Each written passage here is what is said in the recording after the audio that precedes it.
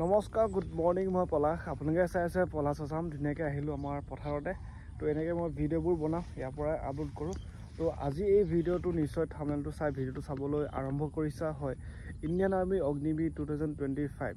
যোনসকলে Indian army Agniveer exam ধুনীয়াকৈ clear কৰি পাছ কৰিলে তেওঁলোকৰ বৰ্তমান ফিজিকেল টেষ্ট চাওঁতে সেই 1600 মিটাৰ ৰানিং বা মেডিকেল ডকুমেণ্ট সেইবিলাক ডেট আহি গ'ল। তোমালোকে খালি এতিয়া সাজু হৈ আছা, কষ্ট কৰি আছা 1600 মিটাৰ ৰানিংটো কেনেকৈ পাছ কৰিব লাগে, কেনেকৈ ফিজিকেল পাছ কৰি মেডিকেলটো পাছ কৰি বা ডকুমেণ্ট বা চাকৰিটো পাই যাম। তো সেইটো এতিয়া বৰ্তমান যোনসকলে ইণ্টাৰভিউ দিবলৈ যাব তেওঁলোকক মই এটা কথা কওঁ, ইণ্টাৰভিউ দিবলৈ যোৱাৰ আগতে তোমালোকৰ নিজৰ ডকুমেণ্টবোৰ শুদ্ধকৈ চেক কৰি লোৱা, যাতে তাত কোনো কাৰণতে ডকুমেণ্ট ভুল হ'লে মাফ নকৰে। মই তোমাক 100% গেৰাণ্টি দি কৈছোঁ, এটা ডকুমেণ্ট যদি ভুল হয় তোমালোকে ফিজিকেল দিবলৈ নাপাবা।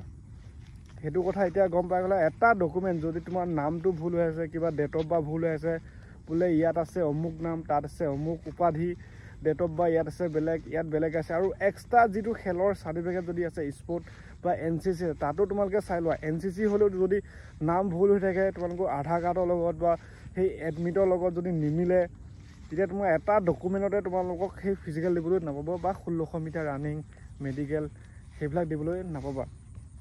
যিহেতু তাত প্ৰথমে 1600 মিটাৰ ৰানিং কৰিব দিব, কিন্তু সেই 1600 মিটাৰ ৰানিং কৰিব যাওঁতে প্ৰথমে ডকুমেণ্ট চেক কৰিব। সেই ডকুমেণ্ট এডমিট, যিহেতু তোমালোকে ফিজিকেল দিবলৈ পাছ কৰিছা, এডমিট আধাৰ কাৰ্ড চেক কৰিব।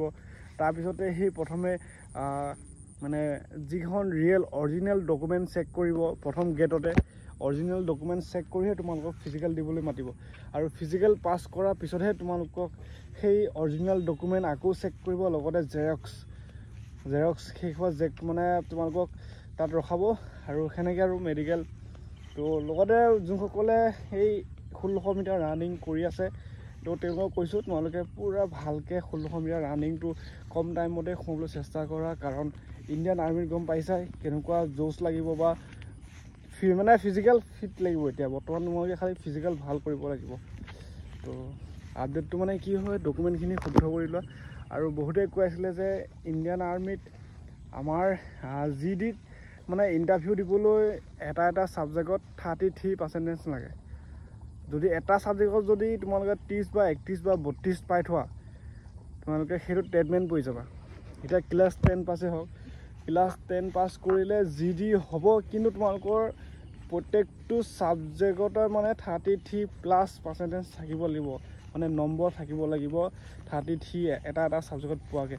আৰু যদি নাই তোমালোকে সেই ক্লাছ 10 পাছ কৰিও তোমালোকে ট্ৰিটমেণ্টত পাই যাবা।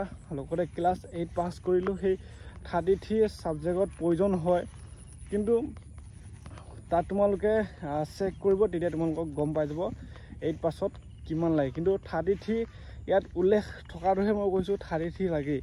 আৰু যোনসকলো নাই তোমালোকে গমেই পাইছা ট্ৰিটমেণ্টত, যিহেতু আৰু GD হ'লে 33 ধুনীয়াকৈ লাগি যায়। আৰু ডকুমেণ্টখিনি এতিয়া চেক কৰি লোৱা, কি ডকুমেণ্ট লাগে, কেনেকুৱা কি। মই এটা আগত ভিডিঅ' আপডেট দিয়ে থৈছোঁ, সেই ভিডিঅ'টো চেক কৰা। অগ্নিবীৰৰ ডকুমেণ্ট কি লাগে, কিমান কাট অফ গ'ল, সেনেকৈ বুলি মই দি থৈছোঁ। সেইটো ভিডিঅ' চেক কৰি লোৱা। আৰু শুভেচ্ছা থাকিল সকলোকে। যোনসকলে কষ্ট কৰি আছে ৰানিঙত, মানে ভাল টাইম লাগি আছে, তেওঁলোকে তাতো পাছ কৰিবই।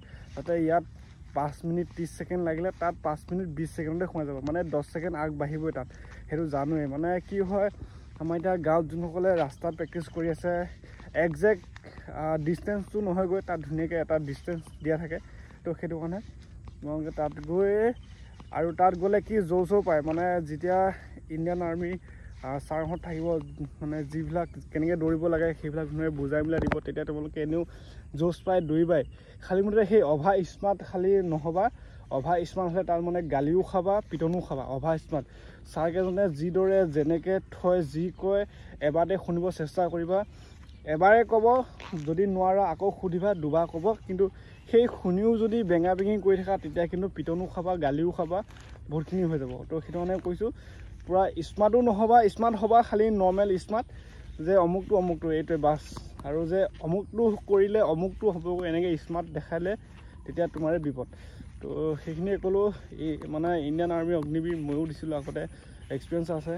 তো সেয়া মেৰিটত নাম নাহিলে আৰু আমাৰ লগৰো বহুতখিনি আছাম ৰেজিমেণ্টত কৰি আছে আৰু তোমালোকেও সেই অগ্নিবীৰ পালে নিশ্চয় আছাম ৰেজিমেণ্টেই পাবাগৈ যি দি হওক ট্ৰিটমেণ্ট হওক আছাম ৰেজিমেণ্ট মানে শ্বিলঙতে থাকিব পাৰিবা বা অসমতে থাকিব পাৰিবা তো ইমানে ক'লোঁ ইণ্ডিয়ান আৰ্মি অগ্নিবীৰ বহুত এটা ভাল চাকৰি তোমালোকে যোৱা কাৰ নাম আহি গ'ল তো ময়ো আপডেটবোৰ দি দিম যদি কিবা জানিবলগীয়া আছে কমেণ্ট কৰিবা কিবা যদি জনাবলগীয়া আছে সেইটোও কমেণ্ট কৰিবা আৰু মোৰ যদি চেনেলটো প্ৰথম চাইছা তো ছাবস্ক্ৰাইবটো কৰি ল'বা এই ধৰণৰ আপডেটবোৰ পাই থাকিবা